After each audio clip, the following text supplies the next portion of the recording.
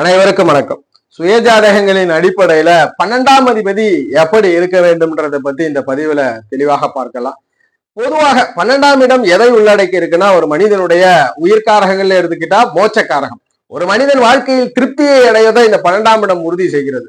சாதாரண விஷயம். இன்வெஸ்ட்மெண்ட் வியூக வணிகங்கள் எல்லாம் இந்த 12ஆம் இடம் சொல்லுது. ஒரு சுபகாரியமே ஒரு நபருக்கு பண்றோம், ஒரு பணத்தை இன்வெஸ்ட்மெண்ட் பண்ணி அந்த சுபகாரியத்தை செய்யறோம். அந்த சுபகாரியம் செய்து மனிதன் திருப்தி அடைஞ்சா அந்த பணம் விரயம்ன்றது யோகம். சுபகாரியத்தை செஞ்சு ஏன் அந்த சுபகாரியத்தை செஞ்சோம் அப்படின்னு மனதை பதைய வைக்கிறது, அதாவது அதுல ஒரு திருப்தியற்ற நிலையை கொடுக்கிறது இந்த 12ஆம் இடம் தான். 12ஆம் இடம் வெளிநாடு தொடர்புகளையும் குறிக்கிறது.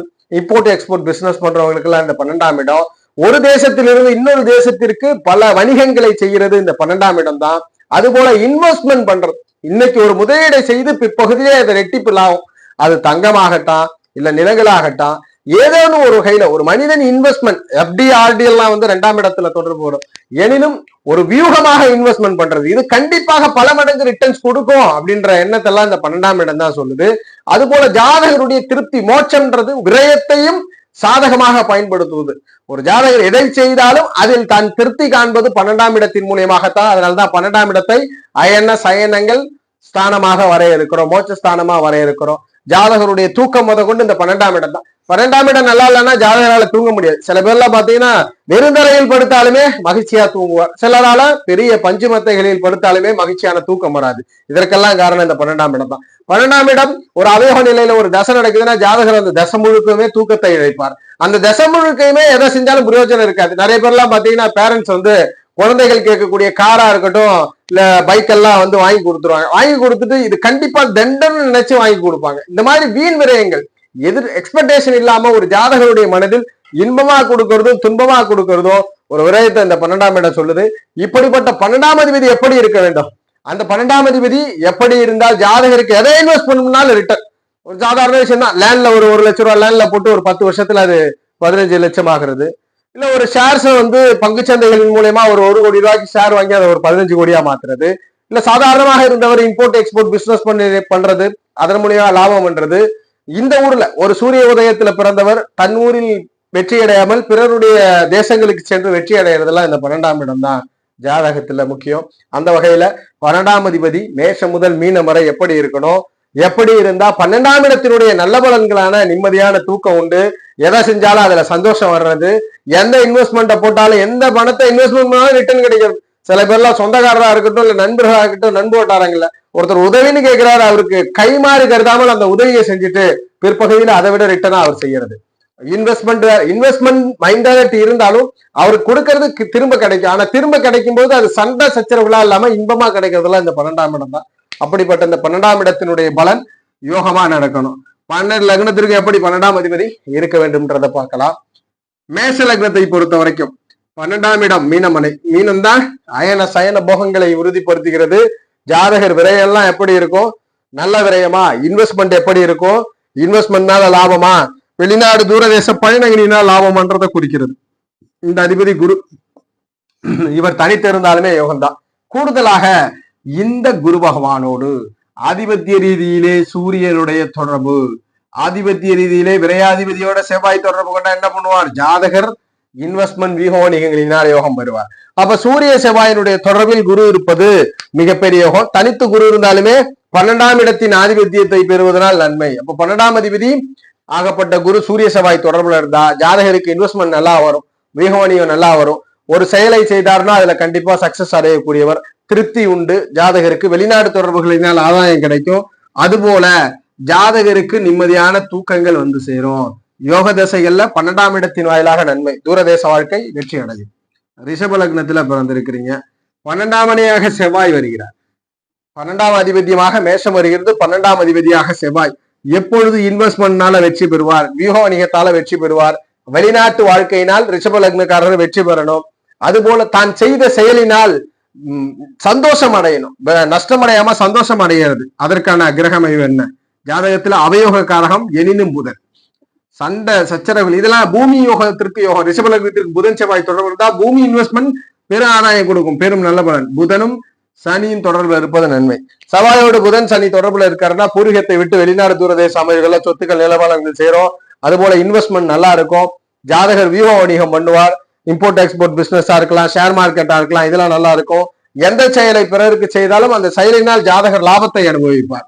நஷ்டத்தை அனுபவிக்காம செய்யும் செயலினால் லாபத்தை அனுபவிக்கக்கூடிய நிலை, அதிக சுபகாரியங்கள் செய்யக்கூடிய நிலை ஜாதகருக்கு. மிதுன லக்னத்தில் பிறந்தவருக்கு 12ஆம் இடம் எப்படி இருக்க வேண்டும்?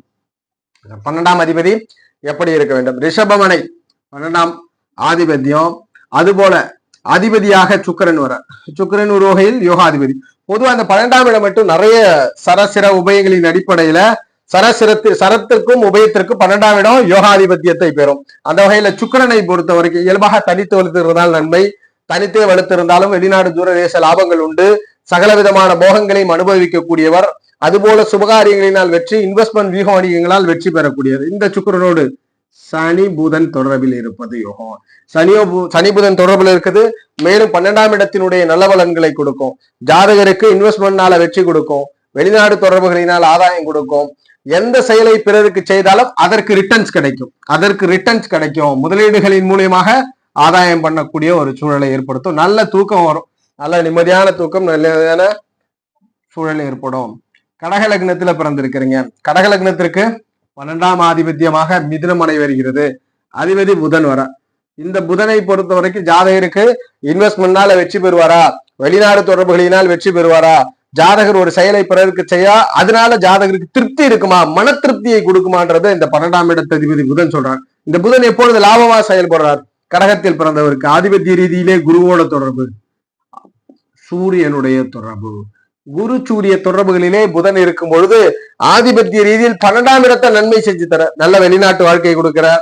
அதுபோல ஜாதகர் எதை செய்தாலும் அதுல திருப்தி இருக்கு, இன்வெஸ்ட்மெண்ட் வியூக வணிகங்களினால் வெற்றி கிடைக்கிறது, இம்போர்ட் எக்ஸ்போர்ட் பிசினஸ்லாம் சாதகமாக அமைந்து விடுகிறது. இந்த கடக லக்னத்தில் ஜனனித்தவருக்கு சிம்ம லக்னத்துல ஜனனிச்சிருக்கிறீங்க. 12ஆம் அதிபதி எப்படி இருக்கணும்? 12ஆம் இடம் என்னென்ன சொல்லுது? அயன சயன போகங்களை சொல்லுது, வெளிநாடு வாழ்க்கையை சொல்லுது, விரயங்கள் இன்வெஸ்ட்மெண்ட் எத்தனையுமே இந்த 12ஆம் இடம் தான். எதை விரயம் பண்ணாலும் அது ஜாதகருக்கு நன்மையா வரணும். 12ஆம் ஆதிபத்தியத்தை சந்திரன் பெறார். இந்த சந்திரன் எப்படி இருக்கணும்? கடல் கடந்து வாணிபம் செய்வதற்கு, கடல் கடந்து பயணப்படுவதற்கு சிம்ம லக்னக்காரருக்கு இந்த சந்திரன் ரொம்ப முக்கியம். இவரோட குரு செவ்வாய் இருந்தாருன்னா அதிர்ஷ்டம். ஜாதகர் பெரும் வாழ்க்கையை, செல்வ வாழ்க்கையை வெளிநாடுகளிலே அனுபவிப்பார், தூரதேசங்களின் மூலியமாக லாபத்தை சம்பாதிப்பார். அதுபோல இன்வெஸ்ட்மெண்ட் வீக வணிகங்களினால் பெரும் வெற்றியை பெறக்கூடிய ஜாதகராக இருப்பார். குரு செவ்வாய் தொடர்பில் இருக்கும் பொழுது 12ஆம் இடத்தின் காரகங்கள் யோகம் பண்ணும். நிம்மதியான தூக்கத்திலிருந்து சகல விதமான போகங்களையும் அனுபவிப்பார். நல்ல ஒரு லக்ஸரியஸ் பொருட்களை ஜாதகர் அனுபவிக்கக்கூடிய பாக்கியம் உண்டு. இத்தனை விதமான சுகங்களையும் அனுபவிப்பார். கன்னி லக்னத்துல ஜனனிச்சிருக்கிறீங்க. 12ஆம் அதிபதி எப்படி இருக்க வேண்டும்? 12ஆம் மனை என்பது சிம்மமனை. 12ஆம் அதிபதி என்பவர் சூரியன் தான் 12ஆம் ஆதிபத்திய கிரகம். இந்த சூரியனோடு சுக்கிரன் தொடர்பில் இருப்பது, இந்த சூரியனோடு குரு தொடர்பில் இருப்பது யோகம். சுக்கிர குரு தொடர்பில் இருக்கும்போது 12ஆம் இடத்தினால் லாபம். 12ஆம் இடத்தின் காரகங்களான இன்வெஸ்ட்மெண்ட், வியூக வணிகங்கள், தொலைதூர வாழ்க்கைகள், அதுபோல யாருக்கு எதை செஞ்சாலும் அதுல ஒரு மன திருப்தி, சுப விரயங்களை அதிகமாக ஏற்படுத்தி கொடுக்கும். குடும்பத்தில் நடக்கக்கூடிய சகல விதமான சுப விரயங்களுக்கும் ஜாதகருடைய பணி இருக்கும், நிம்மதியான தூக்கம் இருக்கும், ஆடம்பர வசதி வாய்ப்புகளை ஜாதகர் அனுபவிப்பார், சொகுசுகளை போகங்களை அனுபவிக்கக்கூடிய நிலை இருக்கும். அப்ப சுக்கிர குரு தொடர்புகளோடு சூரியன் இருப்பது கன்னி லக்னத்தில் பிறந்தவருக்கு 12ஆம் ஆதிபத்தியத்தை யோகமா அனுபவிக்கிறார். 12ஆம் ஆதிபத்தியத்தினுடைய பலனை நன்மையாக அனுபவிக்கிறார். துலாம் லக்னத்துல பிறந்திருக்கிறீங்க. 12ஆம் அதிபதி எப்படி இருக்க வேண்டும்? கன்னிமனை 12ஆம் மனை, அதிபதி புதனா வர. இந்த புதனை பொறுத்த வரைக்கும் ஆதிபத்திய ரீதியில இந்த துலாத்தில் பிறந்தவருக்கு இன்வெஸ்ட்மெண்ட், வியூக வணிகங்கள், வெளிநாடு தொடர்புகள், அதுபோல செய்யக்கூடிய விரயம், பிறருக்கு செய்யக்கூடிய தனம், அதுபோல லக்ஸரியஸ் பொருட்களை அனுபவித்து மகிழ்ச்சியோடு அனுபவித்து அதில் திருப்தி அடையக்கூடியது மோட்சம். இதெல்லாம் குறிக்கிற இந்த புதன் சனியோடு தொடர்பில் இருப்பது, சுக்கிரனோடு தொடர்பில் இருப்பது வெறும் யோகம். சனி சுக்கிர தொடர்பில் இருப்பது நன்மை.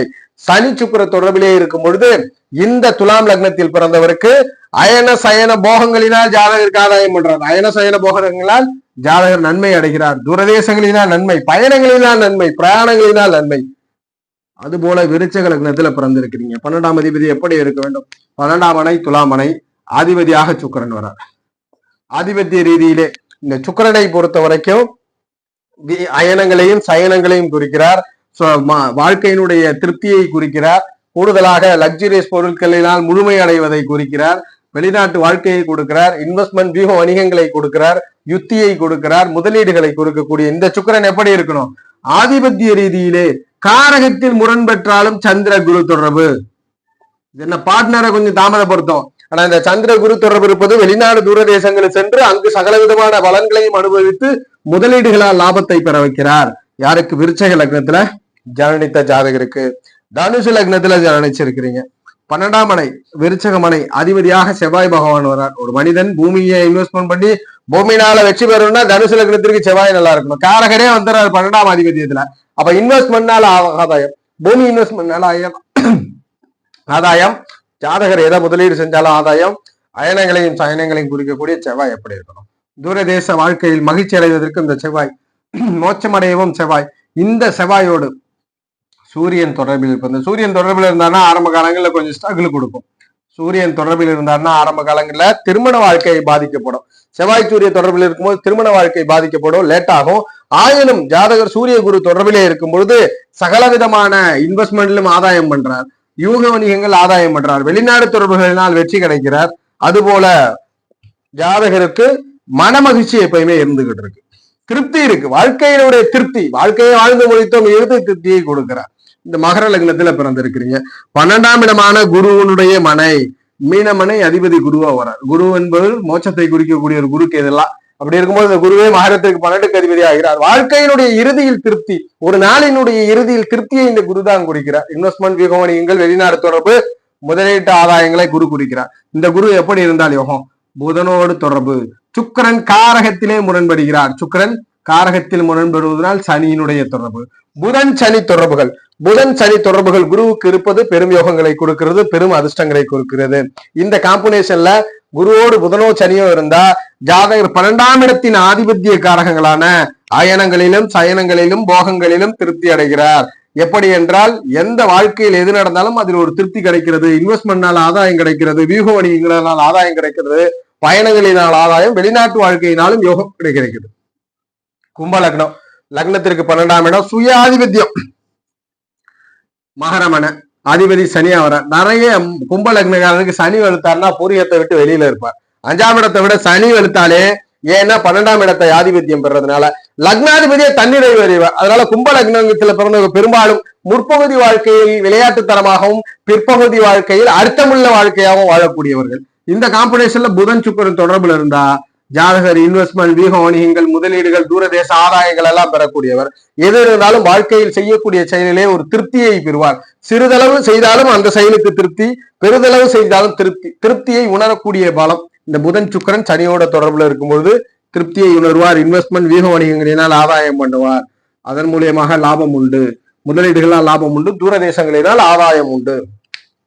மீன லக்னம், மீன லக்னத்திற்கு 12ஆம் மனையாக கும்பமனை அதிபதி சனி பகவான் வரார். பொதுவா மீனத்தை பொறுத்த வரைக்கும் அயன சயனத்தின் போகத்தினுடைய காரக வீடே மீனமனை தான். வாழ்க்கையில் எது நடந்தாலும் அதில் திருப்தியை கொடுக்கக்கூடியது இந்த மீனமனை தான்.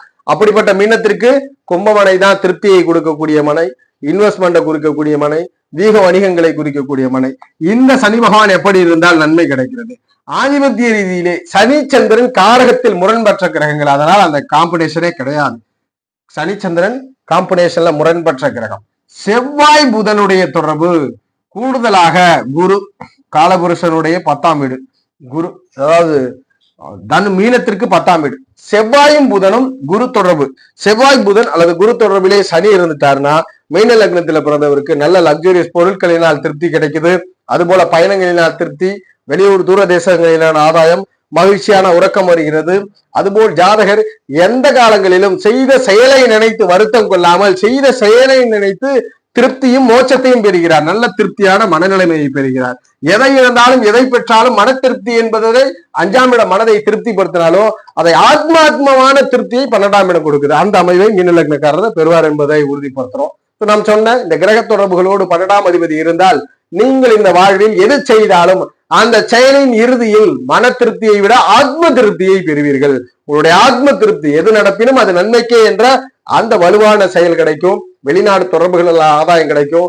இன்வெஸ்ட்மெண்ட், வீக வணிகங்கள், ஏதாவது ஒரு விஷயங்கள்ல இன்வெஸ்ட்மெண்ட் பண்றீங்கன்னா அது ரெட்டிப்பாகும் அல்லது காலம் தாழ்ந்து பெரும் யோகங்களை கொடுக்கும்ன்றத உறுதிப்படுத்துறோம்.